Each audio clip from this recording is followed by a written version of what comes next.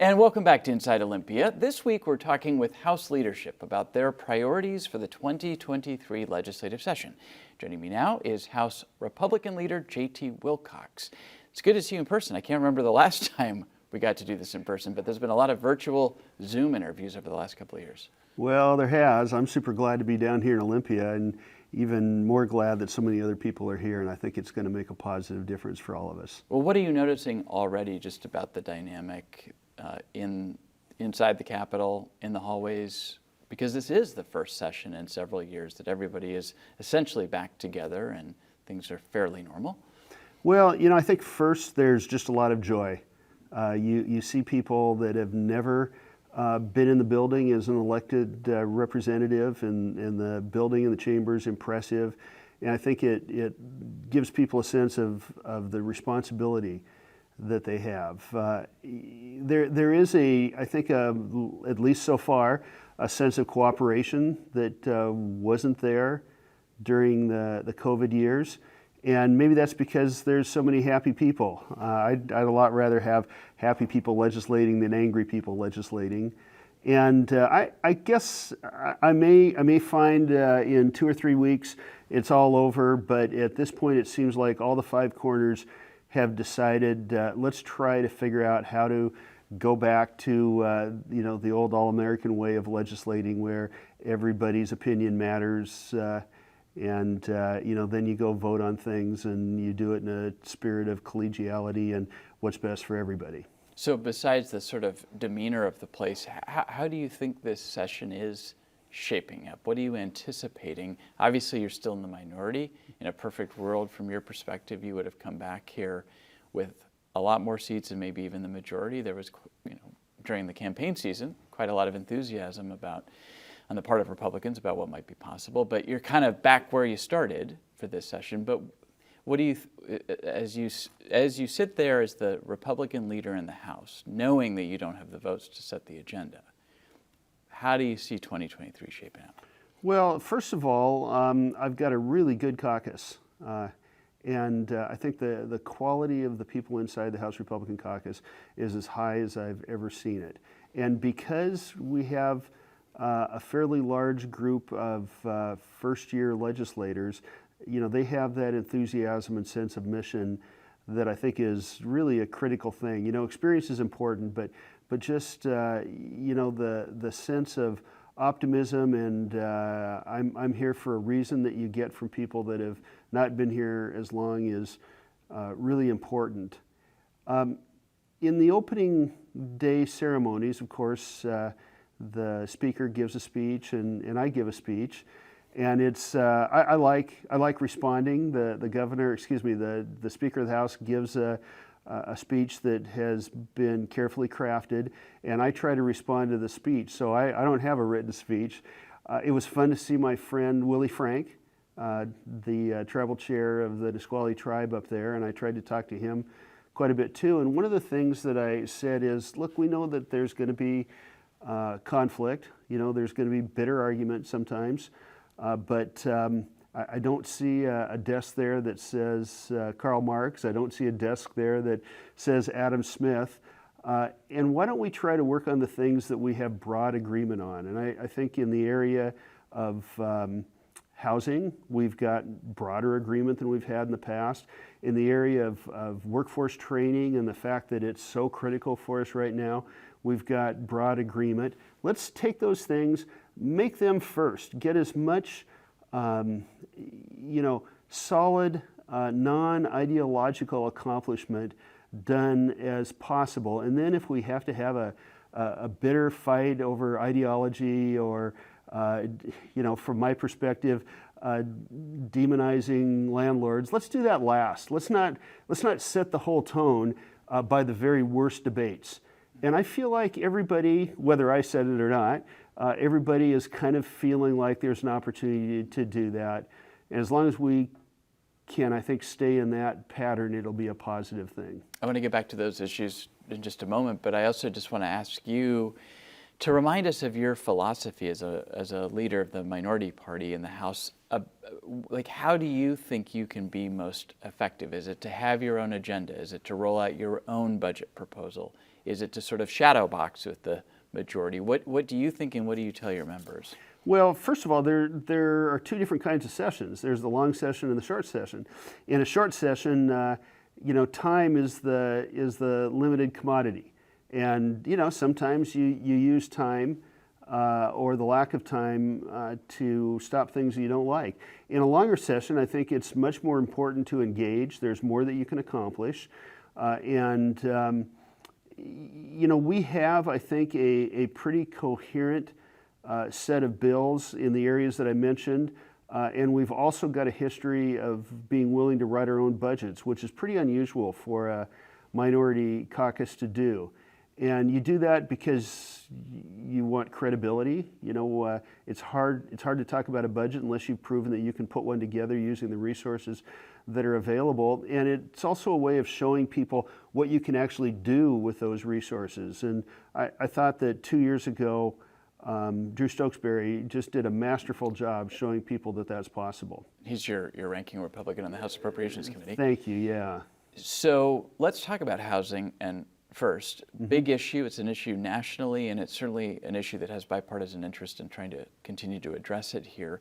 But it's also a yawning problem. I think the governor's prognosis is that the state will need about 1 million more housing units by 2044. More than half of those will have to be low-income units. We've dug ourselves a hole here, and it's going to be really hard to get out of it.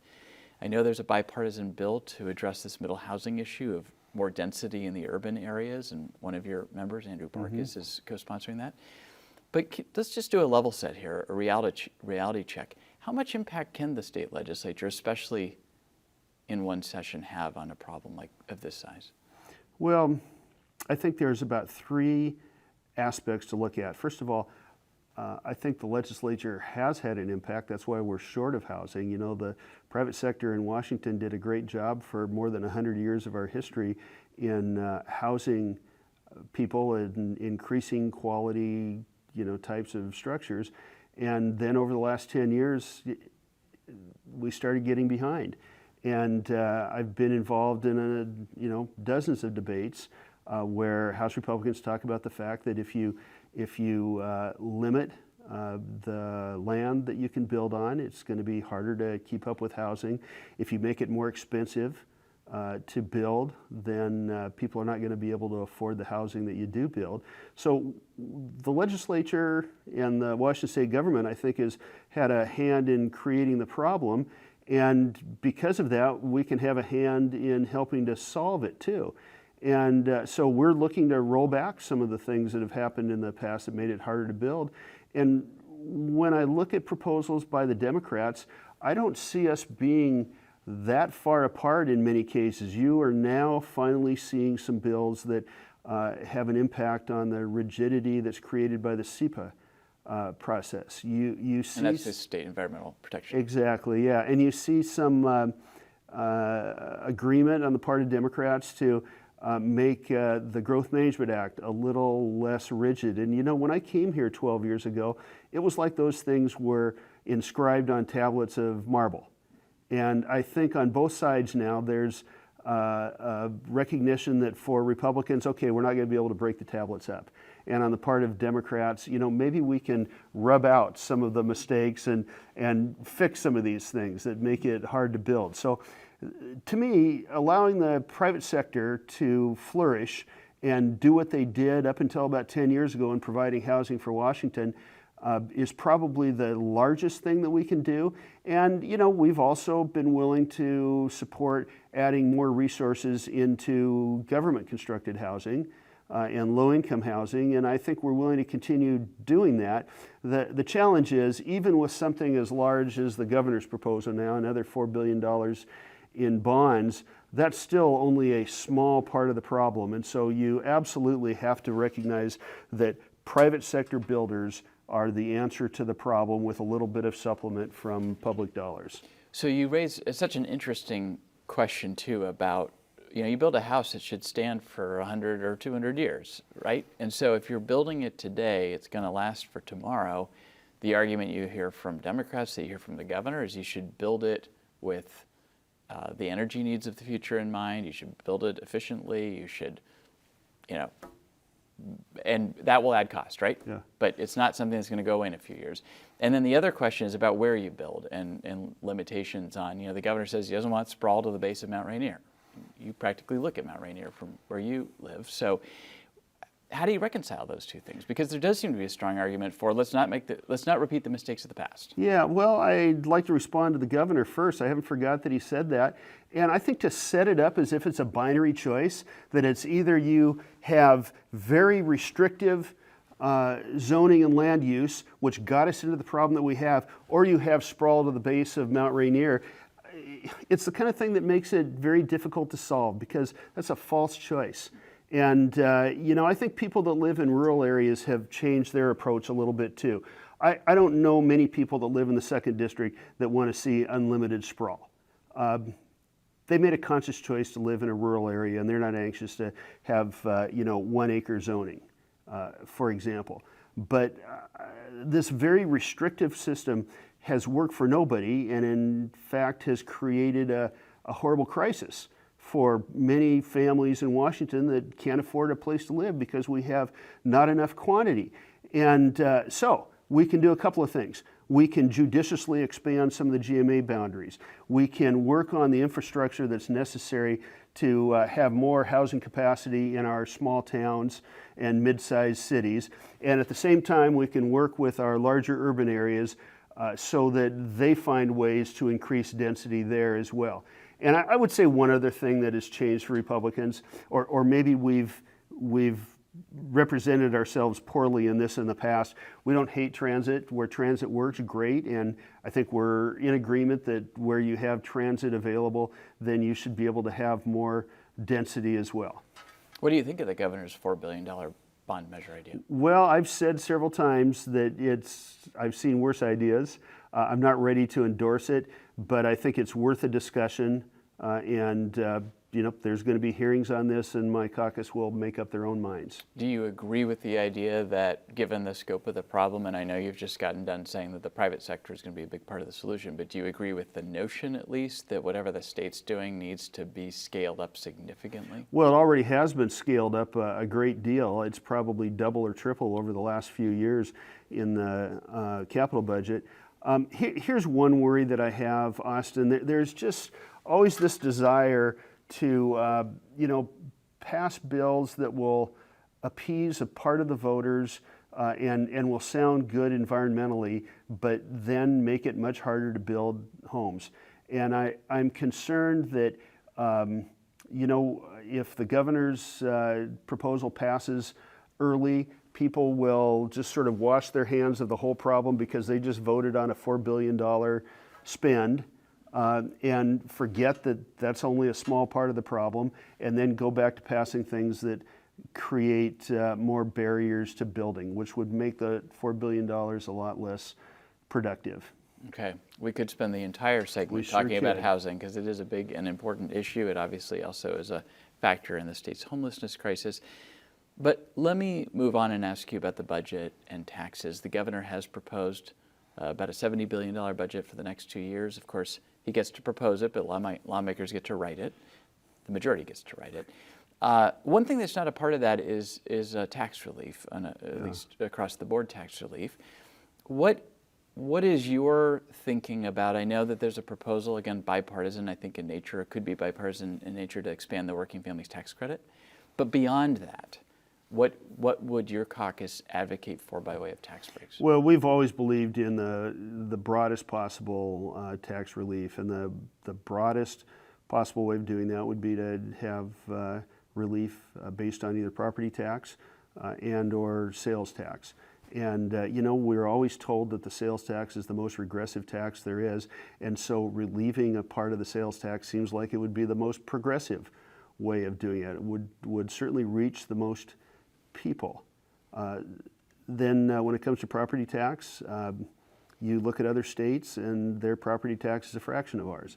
And certainly one of the things that makes housing very expensive in Washington to both own and continue to possess is the fact that middle-class homes are costing between $5,000 and $10,000 a year in terms of property tax, and it's no wonder that people are having trouble maintaining their home ownership. So what would you propose specific to property tax relief? Oh, I'd do it across the board. First of all, property taxes are both local and state, and certainly we can't control very much about and the smaller portion local. is the state. Yeah, but we probably can't afford to take all that away. I'm sure that. Well, do you like the idea of bringing the rate down, or do you think a homestead exemption? Well, we've looked at targeting things, and we've tried many times to find agreement to make it easier, especially for low-income seniors, to hold onto their homes by exemptions. That's also a tax shift. What I'd like to do is turn it into a tax reduction, which we could do with the kind of surpluses that we have. Now, I know you just got done saying that a property or a sales tax relief, you would make the argument that it would benefit those on the lower income scale the most because they're also most affected by the regressive nature of it. But what I consistently hear from Democrats is that they are wary, or they don't like across-the-board breaks because it gives everybody a break, including those that in their view don't need it, the billionaires, the millionaires of the state. So they like the more targeted approach. What's your response back to that? Well, I would say if you keep talking about how horribly regressive the property tax is, it's really hard to make the point that reducing the property tax isn't a progressive move. It just doesn't make sense to me. And we have certainly, I think, joined many times in targeted tax relief through the B&O tax system, and certainly the fact that the Republican budget finally gave the impetus to finance the working families tax credit shows that we're absolutely down for that as well. Let's dive into some of not that taxes aren't contentious, but you've sort of laid out this landscape where maybe there can be some coming together around housing, for instance. But what happens if the House Democrats bring an assault weapons ban bill to the floor of the House? Well, I think that they may very well do that. That will be a long, hard debate. It's particularly troublesome now because I think it seems pretty plain that the Supreme Court is going to find these things unconstitutional. And, we swear an oath. And what I've always said is if you care about your rights, you should care about all of the rights, not just the ones that are most important to you, because maybe someday the ones that you care about will be in question. But, we've had those before. And our job is to fight as hard as we can in all aspects. And so you have that debate. You convince as many people as possible. And then you do your best to do the right thing the next day. Is that the kind of thing that can be debated as a standalone issue, and there's other gun bills as well, and still allow for agreement and working together on other issues? Well, this is why I've suggested that let's work on the things that we agree on first. Let's get as much of those done as we possibly can. And the example that I would use is not really gun debates, but the landlord-tenant bills that ran over the last few years that I just thought were so divisive, and they ran almost first, and just created a sense of conflict. And maybe they were not intended to do this, but it seemed like it became all about demonizing people. And that's the thing that I think is really destructive. It's hard to forget when you or people that you care about get demonized, and we should avoid that regardless of the issue. I know it's early, but how would you characterize your relationship with Speaker of the House Jenkins? And then, of course, there is a new House Majority Leader, Joe Fitzgibbon, who has just been on this program. So what's that new relationship like? Well, Lori and I have known each other for a long time, and we came into the legislature at the same time. And I hope that we're going to be united on one big issue for Pierce County, and that's we don't want a new SeaTac in the pristine parts of the county that I represent. The third airport, the new exactly, airport. Yes. Yeah. And I think Lori, I don't want to put words in her mouth, but I don't think she has supported that. And certainly her seatmate, Jake Fye, has agreed with me that that's not a great move. So that provides a little bit of common interest. And, I think that Lori wants to be a successful speaker, and that doesn't mean just getting exactly what you want. It means upholding the Constitution and having a chamber that, feels like people are being represented inside it. Joe Fitzgibbon also came in, I think, maybe the term after Lori and I. And one of the things that I respect about Joe is, although he's a very, very committed environmentalist, he has been one of the people that I think has been willing to rethink a little bit of the rigidities that I talked about earlier when it comes to SEPA and GMA, and that's a good thing. Legislation should be about making deals, not, about nothing but principles.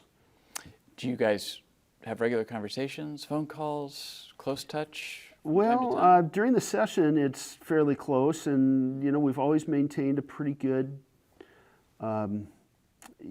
schedule of face-to-face meetings. Even during COVID, we were doing that, and I think we've got good communication. And like people would imagine, it's easy to be friendly now, and there's going to be some really tense moments. But your job is to get over those. A number of abortion-related bills were heard this week designed to further codify and protect abortion rights in the state, obviously in response to what the overturning of Roe v. Wade, but also in response to what other states, Republican states, are doing. Democrats, the governor included, if he had his way, he'd enshrine the right to abortion in the Constitution. Not likely. Let's start with that. Any Republican votes for that? We haven't caucused on it, but and I haven't read the bill yet, although I got a very quick briefing that makes me think that it is following current law, which actually does not allow abortion to the point of viability. And if that's the case, that's a little bit of a surprise to me. It won't make those of us that have always been right to life voters satisfied, but I'm kind of interested in reading the exact wording there. Of the proposed constitutional amendment. Yeah, and as far as all the other things go, here's one thing that we do know. The voters of Washington voted in favor of an initiative a number of years ago that made Washington a state that allows abortion. And nothing that the court did changed that, and none of these bills are going to change that either. What about the idea, though, is there any part of this effort to further codify or to protect providers, protect patients from coming from other states, protect health data privacy, for instance, that you or members of your caucus could support? Again, I've not read those bills, but we do believe in people's data privacy, and I think that there are some concerns about doctors, for example, that are licensed in several states. And so I think while not, giving up our principle that, we believe in the right to life, the other challenges that, have arisen because of the court case are worth being understood a little better. New topic, just briefly, what do you think of the idea of lowering the blood alcohol limit to 0.05 for drunk driving in this state?